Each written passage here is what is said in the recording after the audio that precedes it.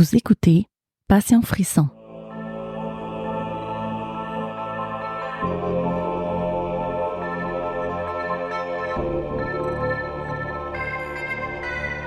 Bonjour à tous.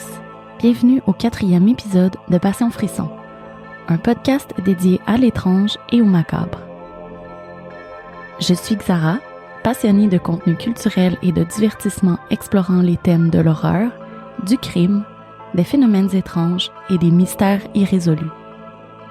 Je suis ravie de vous présenter mes dernières découvertes que je partagerai avec vous à travers des épisodes thématiques chaque mois. Laissez-vous embarquer dans le thème du mois, le Black Horror. Le Black Horror est un sous-genre du cinéma d'horreur.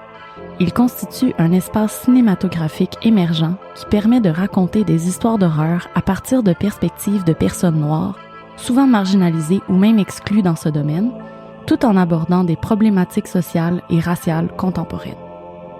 Plutôt récent comme sous-genre, le premier film de Black Horror est considéré comme étant Blackula, de 1972, mettant en vedette William Marshall et réalisé par William Crane. Ce film a marqué une étape importante dans l'histoire du cinéma d'horreur en mettant en avant-plan un acteur noir et en intégrant des éléments de la culture afro-américaine au genre.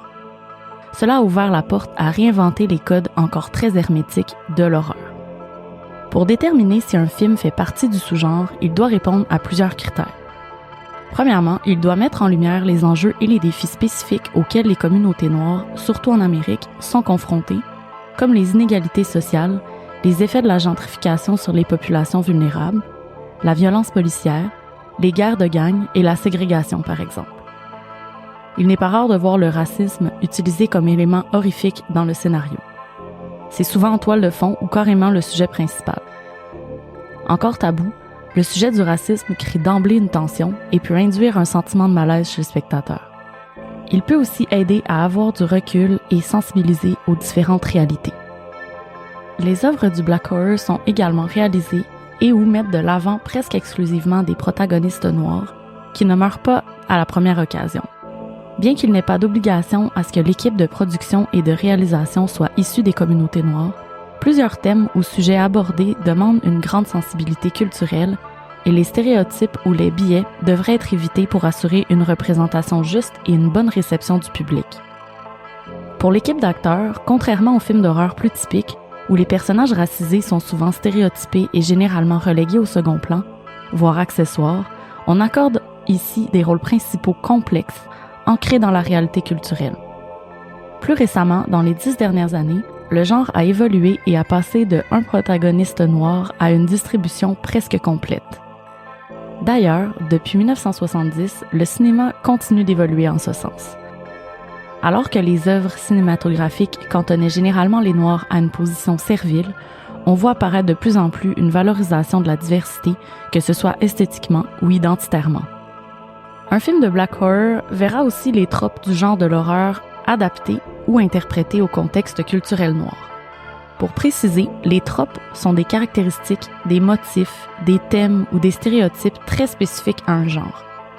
Par exemple, dans l'horreur, on retrouvera des thèmes récurrents, comme un tueur masqué, un monstre, une maison hantée, des malédictions, des enfants effrayants ou possédés, des poupées, etc. La représentation et l'interprétation des monstres, esprits et autres entités surnaturelles dans le Black Horror ne sera pas la même puisqu'elle est vue avec une lunette culturelle différente des œuvres traditionnelles. Finalement, les œuvres du Black Horror vont regorger de repères culturels issus de la diversité. Par exemple, on y entendra souvent de la musique, des histoires de traditions orales, des repères religieux, des croyances spirituelles ou folkloriques, des langues ou dialectes associés aux cultures indigènes africaines ou afro-américaines. Je suis consciente que je ne suis pas noire moi-même. J'ai hésité à aborder ce thème. J'avais envie quand même de vous faire connaître l'univers riche que j'ai découvert en regardant et en analysant par la suite ces œuvres de fiction, ancrées dans une imagerie sombre et aux thématiques terrifiantes, bien qu'inspirées de la réalité. Fan d'horreur au sens large, je peux vite me lasser des scénarios typiques, qui sont parfois répétitifs ou prévisibles. Les codes de l'horreur sont souvent les mêmes. Lorsqu'on regarde un slasher, un tueur fou avec une arme qui terrorise une ville, on s'attend à quelque chose et on l'a. Rares sont les surprises, mis à part les jumpscares et les revirements dans le scénario. Les suggestions que je vous présente aujourd'hui m'ont amené à explorer tout un autre univers cinématographique.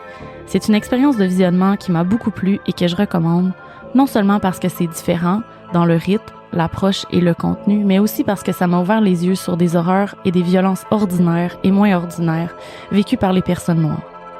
Comme quoi parfois ce qui nous terrifie n'est pas qu'imaginaire.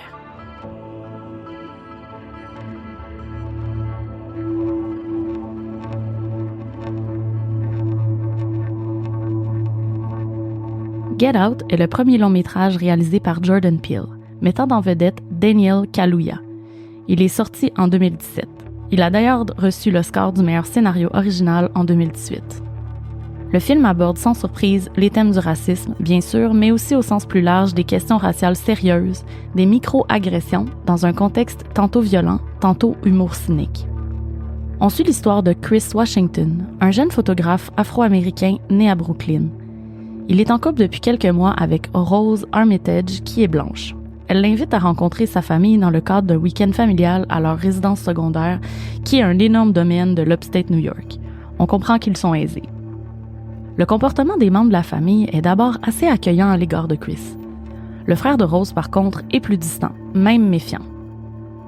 Rapidement, on prend conscience que, bien que polis, les parents de Rose sont un peu dérangés par le fait que leur fille adorée soit en couple avec un homme noir, mais ne veulent pas paraître racistes. Chris réalise que Walter et Georgina, les employés noirs de la maison, sont les seules autres personnes non blanches du domaine et qu'ils agissent très bizarrement. Ils semblent effacés, robotiques, trop polis malgré les remontrances et les commentaires désobligeants des Armitage. Fast forward au lendemain. Les Armitage organisent leur garden party annuel avec les amis et les proches. Plusieurs couples âgés sont présents et démontrent une curiosité malsaine envers Chris. Le malaise est palpable. Mais la réalité est encore plus dérangeante. Chris remarque un autre invité noir, Logan King, qui se comporte lui aussi très bizarrement. Suite à une photo prise avec un flash, il s'anime, saigne du nez et se met à hurler à Chris de se sauver. Troublé, Chris se sent de plus en plus mal et veut retourner chez lui, ce que sa bien-aimée accepte. Pendant qu'ils emballent leurs effets personnels et se préparent à quitter, Chris tombe sur une boîte de photos qui le laissera complètement alarmé. Les choses se corsent dans le garden party alors que les invités tirent au sort qui gagnera Chris comme esclave. J'utilise ce terme de façon métaphorique, mais je ne peux pas vous dévoiler ce qui se passera réellement. Vous verrez les macabres découvertes de Chris et la déroutante réalité de la famille Armitage en écoutant le film. Hypnose, cure de jouvence et multiples meurtres sont au rendez-vous. Ce film amène les peurs du protagoniste à une réalité 1000 fois pire que ce qu'il s'était imaginé. C'est d'ailleurs ce qu'on se dit en tant que spectateur. Ce qu'on croyait horrible n'est que le début d'une ribambelle de scènes horrifiques où on ne fait pas dans le subtil. Ce n'est pas un film très théorique. Ici, on voit tout, malgré toutes les symboliques typiques au genre. Le crescendo du rythme est essoufflant, mais exaltant. Très lent au début, le rythme s'accélère et déboule en une série de scènes d'une violence inouïe, tant au niveau visuel que des implications morales. Alliant science-fiction, horreur, Get Out est tout simplement un chef-d'œuvre, un thriller psychologique qui m'a donné envie d'en voir d'autres. Fait intéressant, Jordan Peele est en train de se positionner comme un réalisateur clé dans le genre du black horror, tout comme John Carpenter l'a été pour les slashers. On sait à quoi s'attendre et on en redemande. Véritable homme orchestre, il est aussi connu comme acteur, humoriste, scénariste et producteur. Il a également réalisé d'autres films du genre par la suite, comme l'excellent Us, Nope et cette année Monkey Man que j'ai très hâte de voir. Je donne une note de 4,7 frissons sur 5.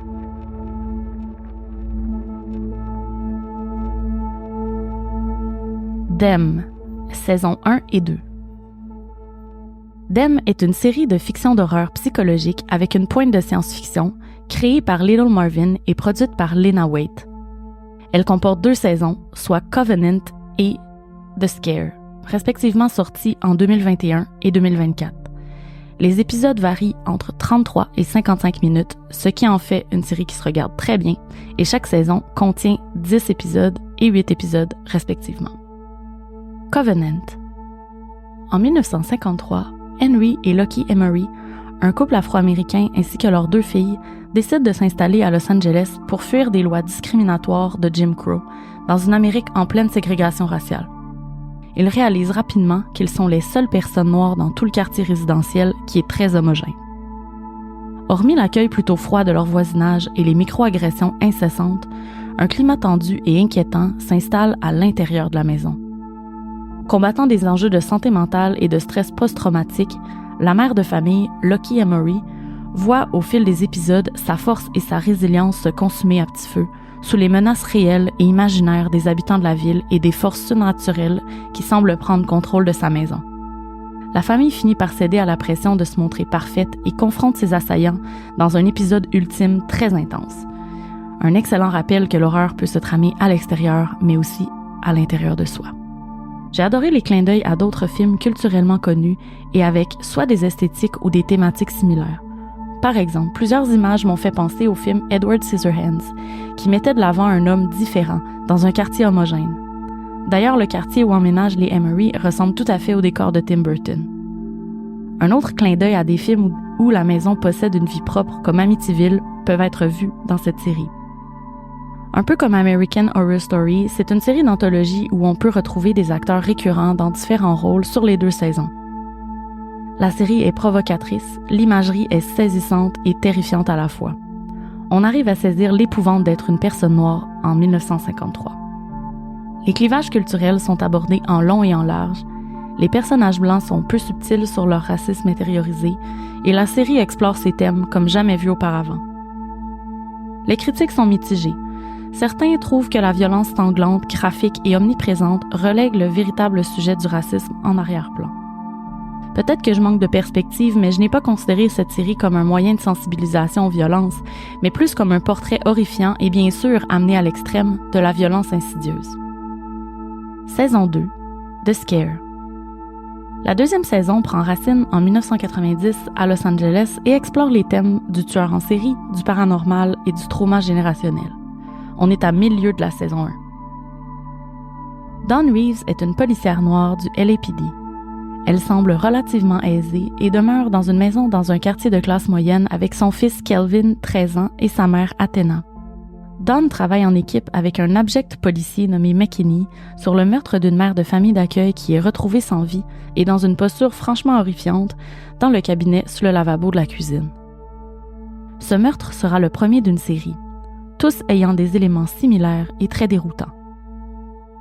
Dans un corps policier où une ambiance de racisme et de sexisme latent plane constamment, Dawn devra se démener pour continuer son enquête au fur et à mesure que les indices convergeront vers sa maison, sa famille, ses proches et elle-même. Parallèlement, Dawn sera de plus en plus happée par les indices laissés par le meurtrier pendant qu'une force surnaturelle semblera s'emparer des victimes avant leur mort. Cette force surnaturelle ne lui est pas étrangère, et elle devra découvrir son origine pour conclure son enquête. On suit en même temps l'histoire crève-cœur de Edmund Gaines, qui rêve de devenir acteur et qui, refus après refus, au travail comme dans sa vie amoureuse, a du mal à avaler la déception. Adopté, il est sur une quête pour retrouver sa vraie famille et lorsqu'il la trouve, n'obtient pas le résultat escompté. Une boule de rage monte en lui et révèle des pulsions meurtrières extrêmement violentes. Encore une fois, je ne peux pas trop vous en dire, mais si vous aimez l'horreur, vous serez servi. Cette saison 2 de Them est mon coup de cœur 2024 à date, tant pour le scénario, le visuel frappant, l'ambiance sonore exquise et le casting qui est plus que réussi. J'ai rarement besoin de détourner l'œil lorsque j'écoute de l'horreur et à plusieurs occasions, l'envie m'a prise. Encore ici, plusieurs autres clins d'œil visuels ou scénaristiques à d'excellentes œuvres de fiction et qui m'ont fait sourire. The Joker, bien sûr, Five Nights at Freddy's, The House on the Haunted Hill et Le Cercle, par exemple. Tout en étant culturellement très empreint de la réalité du Black Horror. Je ne sais pas s'ils sont volontaires ou non, mais j'ai vraiment aimé ces clins d'œil. De plus, les choix musicaux sont soigneusement choisis et augmentent la qualité de chaque scène. Pour ces 2 saisons cumulées, je donne un 4.6 frissons sur 5. Personnellement, j'ai préféré la 2e saison à la première car le côté horreur et surnaturel était vraiment effrayant et bien ficelé. La première saison est plus psychologique, historique, de style thriller tout en restant très violente. Cela dépend de vos goûts et je vous laisserai savourer cette série d'anthologie lorsque vous le pourrez et décider par vous-même.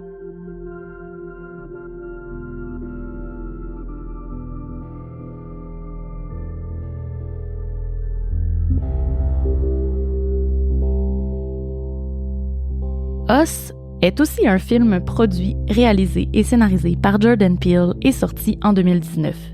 Il met en vedette l'excellente Lupita Nyong'o. Le film explore les thèmes de la dualité, des inégalités et de l'identité. Il critique la négligence de certaines strates de la population et les effets sur les chances qui leur sont offertes, à l'aide d'une esthétique et d'un montage sonore brillant et de métaphores justes. L'histoire suit Adelaide Wilson, jouée par Lupita Nyong'o, une femme qui retourne avec sa famille à sa maison d'enfance pour des vacances d'été à Santa Cruz. Adelaide est mariée à Gabe et ils ont 2 enfants, Zora et Jason. De l'extérieur, il s'agit d'une famille parfaite. Gabe propose rapidement que la famille aille passer du temps à la plage de Santa Cruz, connue pour son boardwalk, ses manèges et son ambiance festive. Toutefois, Adelaide est réticente. Un événement de son passé la hante et elle ne veut pas le revivre. Elle accepte toutefois de s'y rendre pour faire plaisir à sa famille, mais elle n'est pas sereine. Petite, elle avait été à ce fameux parc et s'était perdue dans une maison au miroir. Suite à une rencontre terrifiante avec une supposée double d'elle-même, elle demeure marquée par cette expérience et reste sur ses gardes. Elle nomme même à son mari ne pas se sentir en sécurité dans la maison. Une nuit, les Wilson remarquent qu'une étrange famille se tient sur leur terrain à quelques pas de la maison. Ceux-ci sont en quelque sorte des doubles d'eux-mêmes. Incapables de parler, sauf Red, le double d'Adelaide, ils sont le reflet horrifiant de chacun des membres de la famille. Red explique à Adelaide dans une scène à glacer le sang que les doubles proviennent des tunnels et sont là pour vivre à leur tour la chance d'être en vie à la surface et d'avoir accès à un monde chaleureux, heureux et où ils auront le contrôle sur leur propre vie. Violents et sauvages, les doubles veulent remplacer leurs homologues et s'ensuit une série de scènes typiques de slasher mélangées avec Night of the Living Dead où les ciseaux dorés font office d'arme parfaite. Réussissant à se sauver de la maison, les Wilson constatent tristement que tout Los Angeles a été décimé par les clones et que les survivants se mettent tous en ligne droite, main dans la main. Étrange. Le film culmine avec une scène de révélation entre Adelaide et Red et met la lumière sur ce qui s'est réellement passé en 1986. J'avais vu ce film à sa sortie au cinéma en 2019 et je me rappelle encore du mélange de sentiments qu'il m'avait généré. À ce moment-là, je n'avais pas encore vu Get Out et c'est donc le premier film du genre que j'ai eu la chance de visionner. Je peux affirmer qu'il y a un avant et un après pour moi.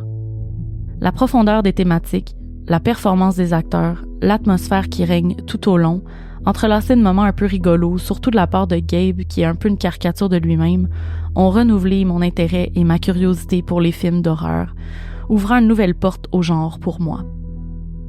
Le point le plus fort est la performance de Lupita Nyong'o. À plusieurs moments, je devais prendre du recul et me dire « Je peux pas croire que l'actrice joue cette scène 2 fois et de façon si différente. » Son visage tantôt tordu et déformé, tantôt bienveillant et apeuré. Les critiques ont déploré l'explication de l'origine des doubles, qui est, je l'avoue, un peu rapide et peu crédible. Mais si on considère en ensemble que c'est un film de science-fiction, plus rien n'est si difficile à croire.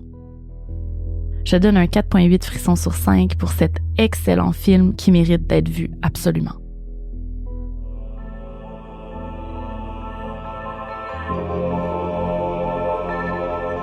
Merci d'avoir écouté cet épisode de Passion Frisson, votre podcast de recommandations horrifiques. Vous pouvez me suivre sur Instagram, @XARAPOD, Xarapod. Vous y retrouverez le journal des sorties ainsi que mes autres collaborations. N'hésitez pas à partager et à me laisser des commentaires si le contenu vous a plu. À noter que je suis ouverte aux suggestions et recommandations de sujets et de contenus, écrivez-moi. À tout bientôt!